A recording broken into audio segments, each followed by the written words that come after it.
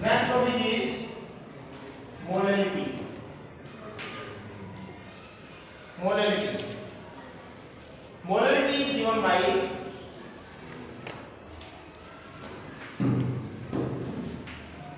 how can you define it? It is number of moles of solute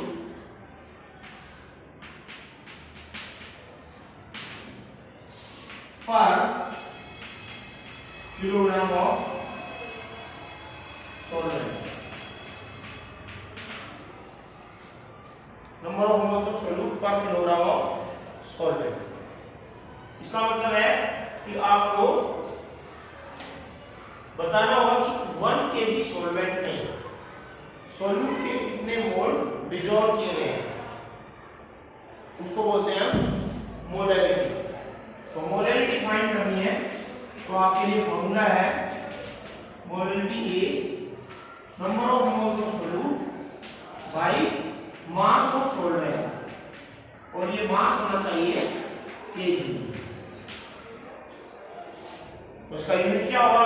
ऐसा unit solute के number of moles, तो moles का unit क्या होता है? नंबर ऑफ मोल्स का यूनिट मोल होता है। यहाँ पर मोल,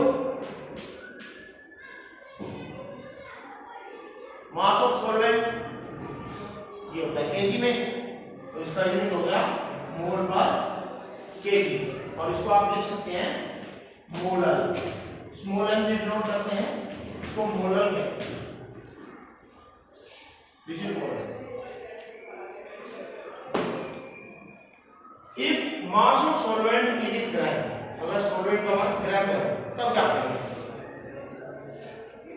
आपको मास बेटा आपको लेना होगा किसमें? केजी। आपको उसको कन्वर्ट करना पड़ेगा।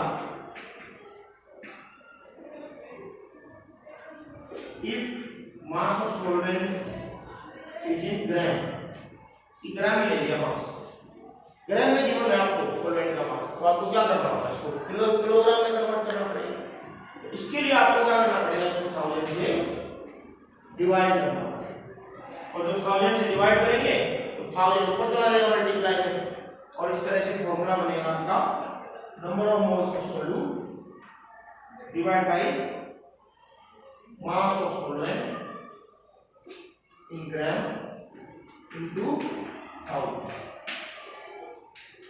तो कभी भी मोलैरिटी फाइंड करनी हो तो आप पहले नंबर ऑफ मोल्स निकाल लीजिए सोल्यूट के, और उसका फॉर्मूला सब को मालूम ही है। सोल्यूट के नंबर ऑफ मोल्स कैसे फाइंड करते हैं? सोल्यूट के गिवन मास को हम सोल्यूट के मोलर मास से डिवाइड करते हैं। इस तरह से सोल्यूट के नंबर ऑफ मोल्स आ जाते हैं, जैसा कि अभी किया था। तो ये आ गया आपके number of moles of solute. यहाँ पुट करेंगे, गिवन मास पुट करेंगे सॉल्वेंट का ग्राम में, और इनटू 1000 कर देंगे। इस तरह से आपकी आ जाएगी मोलैरिटी। ठीक है, कल इसका एग्जाम्पल पढ़ेंगे, देखते हैं नेक्स्ट क्लास में।